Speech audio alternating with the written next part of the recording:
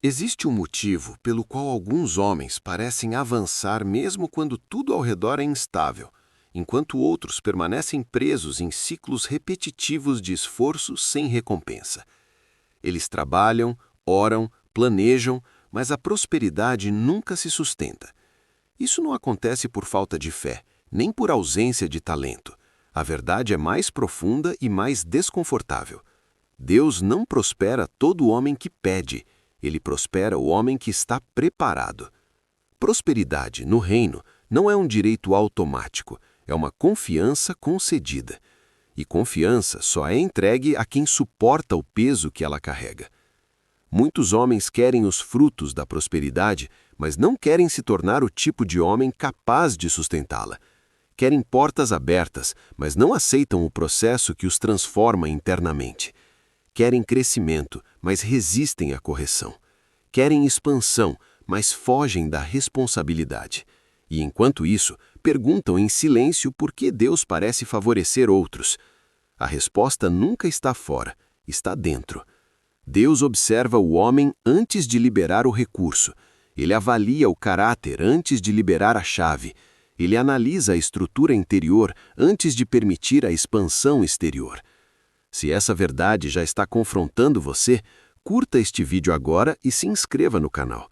Isso não é apenas engajamento, é um sinal de que você está disposto a ouvir verdades que transformam, não apenas palavras que confortam. Ao longo deste conteúdo, você vai entender que prosperidade não começa no dinheiro, começa na postura. Não nasce no bolso, nasce no espírito. E quando o homem ajusta quem ele é, Deus ajusta aquilo que ele recebe. O tipo de homem que Deus decide prosperar segue um padrão claro, consistente e inegociável. E ignorar esse padrão é continuar lutando contra princípios eternos. O primeiro grande critério que Deus observa antes de prosperar um homem é o seu governo interior. Nenhum homem pode administrar o externo se ainda é escravo do interno. Emoções descontroladas, impulsos constantes, orgulho disfarçado de autoconfiança e medo camuflado de cautela são sinais claros de imaturidade. Deus não entrega expansão a quem ainda não aprendeu a se governar. Prosperidade amplifica quem o homem já é. Se há equilíbrio, ele cresce. Se há desordem, ela se torna destruição.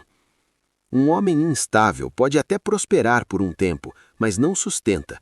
Ele se perde no excesso, se corrompe na pressão ou se destrói nas próprias decisões. Por isso, Deus não tem pressa. Ele trabalha camadas profundas antes de liberar níveis elevados. O domínio próprio é uma evidência espiritual poderosa. É a prova de que o homem aprendeu a dizer não para si mesmo antes de dizer sim para oportunidades. Ponto de reengajamento. Continue assistindo, porque o próximo ponto revela por que muitos homens até recebem oportunidades, mas nunca conseguem mantê-las. Quando o homem amadurece internamente, sua postura muda. Ele para de reagir e começa a responder. Para de culpar e começa a assumir. Para de pedir atalhos e passa a aceitar processos. Esse nível de maturidade atrai a confiança divina. Deus prospera homens que não se impressionam com o próprio crescimento e não se perdem quando são testados. Outro traço inegociável do homem que Deus prospera é a fidelidade no oculto. Antes de qualquer visibilidade, existe um lugar de anonimato. Antes de qualquer reconhecimento, existe um ambiente de silêncio. Antes de qualquer honra pública, existe uma aprovação privada. José não foi promovido no palácio antes de ser aprovado na prisão. Davi não foi coroado rei antes de ser fiel como pastor invisível. Deus nunca pula essa etapa. Muitos homens querem prosperar sem serem observados por Deus no secreto. Querem aplausos, mas rejeitam processos. Querem colheita, mas não suportam o plantio. Fidelidade no oculto é fazer o certo quando ninguém está olhando, quando ninguém recompensa, quando ninguém reconhece. É ali que o caráter é formado, e caráter é a base da prosperidade sustentável.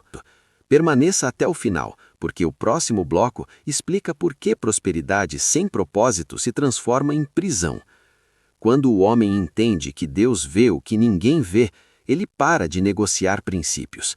Ele compreende que cada decisão invisível está construindo o futuro visível.